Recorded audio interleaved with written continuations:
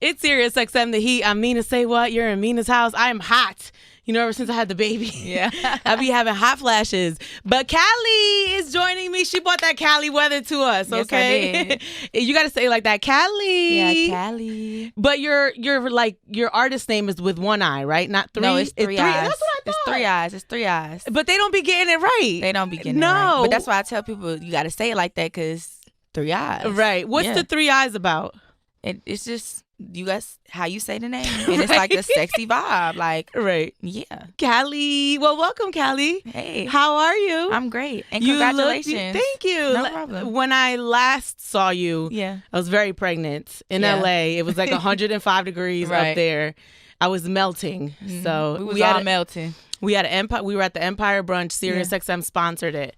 And we were broadcasting live, and that's where I saw you at. So a lot has happened for you since that time. Can you kind of catch us up on what's been going on this year for you? I just been going up. Like, area codes has been taking off so much. Like, on TikTok, everywhere. I'm on Billboard.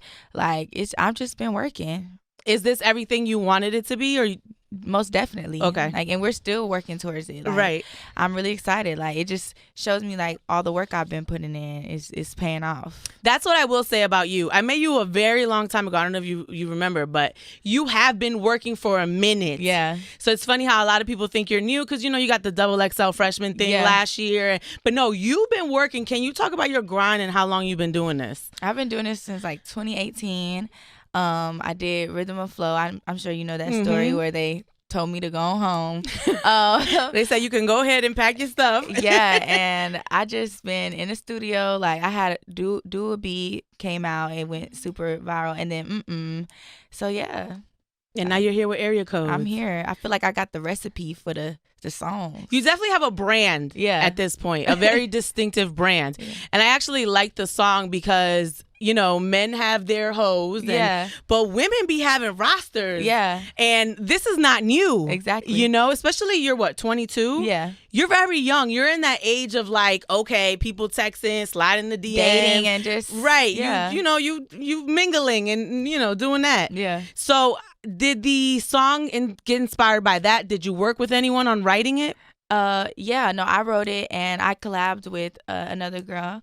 But it was just, I was in the studio. I was like, I need the summer song. Like, the girls got to talk they mess. You know what I'm saying? We got to be outside. And I feel like men are allowed to talk about having hoes and like women are not. It's like looked down on like, oh girl, you a hoe. Like you got all those hoes, but you really the hoe, you know? I'm like, whatever. I'm about to flip the narrative.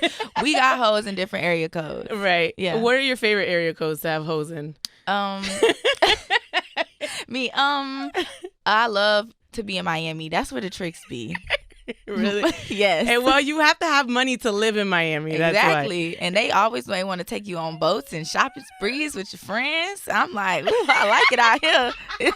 How do you meet these men? Because I don't have that gene. Like, obviously, you know, to meet men with money, and I listen to your music enough to know that you like dating rich guys, right? Yeah. How do you know someone's rich? Like, what are the cues when you're looking at them? It's an energy. It's an energy, like a vibe they have. And I also pay attention to teeth and shoes. Yeah, like I always pay attention. And if they could like dress in some type of way, you know what I'm saying? Like how they hold themselves. But I don't know. I don't be looking. They just be falling at my feet. Right. You got that rich girl energy, huh? Yeah. Gotta hold yourself like that so they know what's up. Yeah. What do you see yourself doing in the next like year? What's like your immediate goals? I just want to be performing like on huge stages, like the VMAs and stuff like that. Like I want to be just doing big stuff, you know. Continue to climb on Billboard and drop hits. Did you think Area Code was gonna go crazy on TikTok the way it did? Yes, I knew Area Codes was the one. Like I literally called my team after and said, I have the one. We made a hit. I'm here. Like, let's go. And I was seeing on social media how you said you had not heard the Ludacris Area Code, the other song. Yeah. Were you surprised at people saying that? Like, how could she? First of all, you're 22 years old. Yeah. You know, were you surprised at people talking about that? Yeah, I was very surprised. Like, they were so mad at me for not knowing a song. Like they kind of like flipped it, saying I didn't really know who Ludacris is, but I do. I just didn't know that specific song. But I mean, I knew after my team told me about it when I was about to shoot my video. But then the song is out. You know what I'm saying? So yeah. Well, you were one when the song came out. So I just think it's like kind of sometimes people are a little unfair. Like I remember specifically when I was young and Jay-Z's Forever Young came out. Yeah. I didn't know it was a sample. I didn't even know the original song. Yeah. And I remember people telling me like, how you don't know this song? And I felt like attacked, like, I don't know what I don't know. Yeah, exactly. Like how about you show me the song and educate me? I was just saying that I feel like more people shouldn't, especially with younger artists, like don't criticize us or like make us feel like we're not doing something right because we don't know something. Educate us, like we're still learning. You know what I'm saying? So yeah. Have you listened to the song then? Yeah, I've listened to the song now. Yeah, I feel like even in my household, it's about how you grow up too. Like my mom didn't play a lot of the music. Like I only know a lot of R&B music really. So I don't know. Yeah. Right.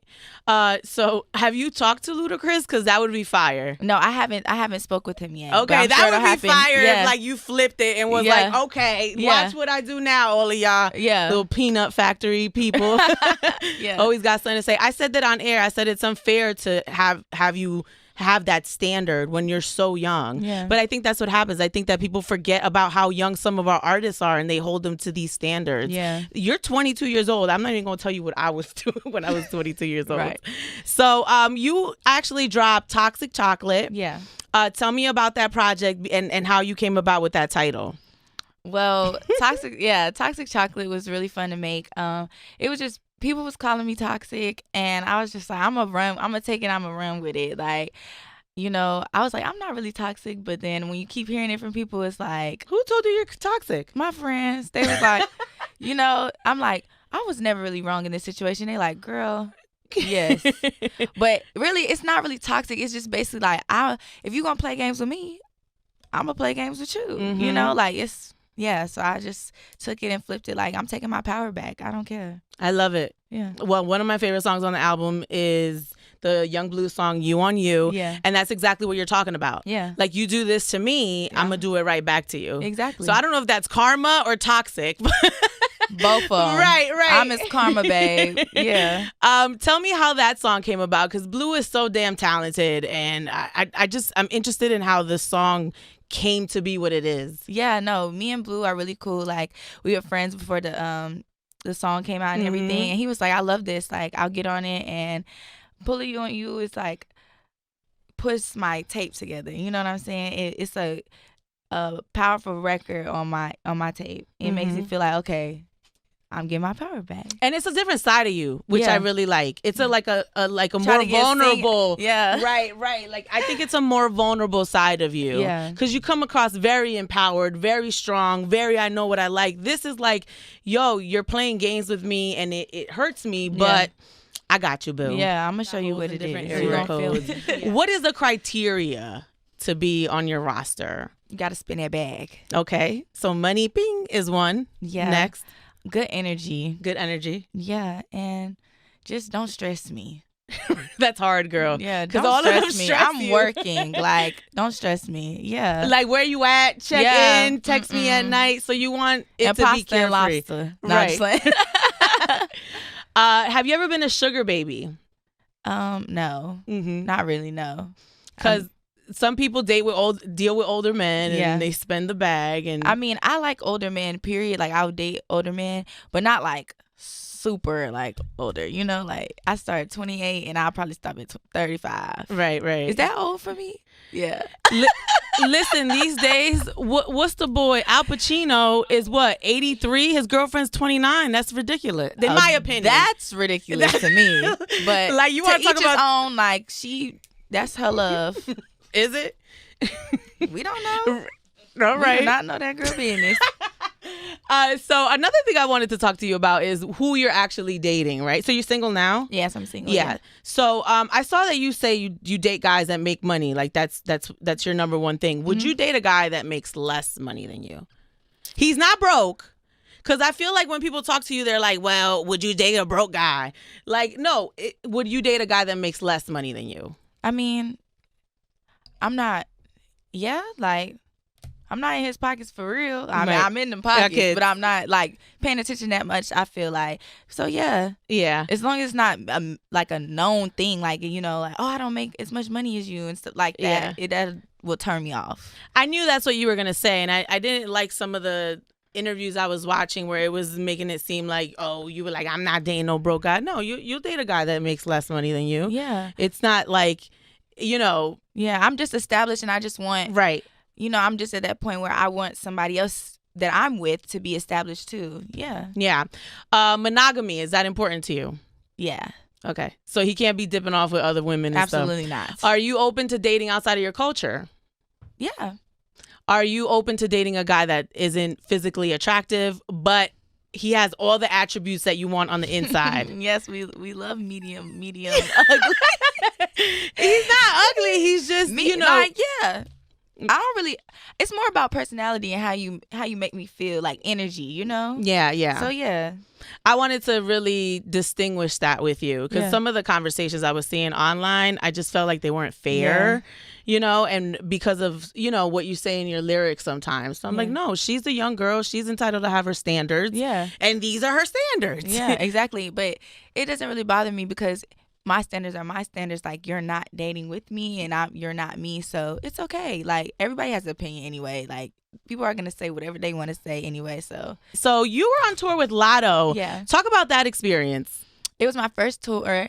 It was definitely an experience, but I loved going to see like how many cities really mess with me, and like the crowds were always super like loud and fun, and they knew my lyrics. Like, it was fun. What song that they knew that you were really surprised they were reacting to? I think it was "Do Would Be" the most. Like, they was really, because I made that song like a long time ago. Well, to me it was a long time ago, but I'm like, dang, this song is still lit. Like, people is really going crazy about "Do Would Be." So once you you're working on your debut album now, right? No, I'm working on the tape right now. On the tape. Yes. Oh wow. So why is that?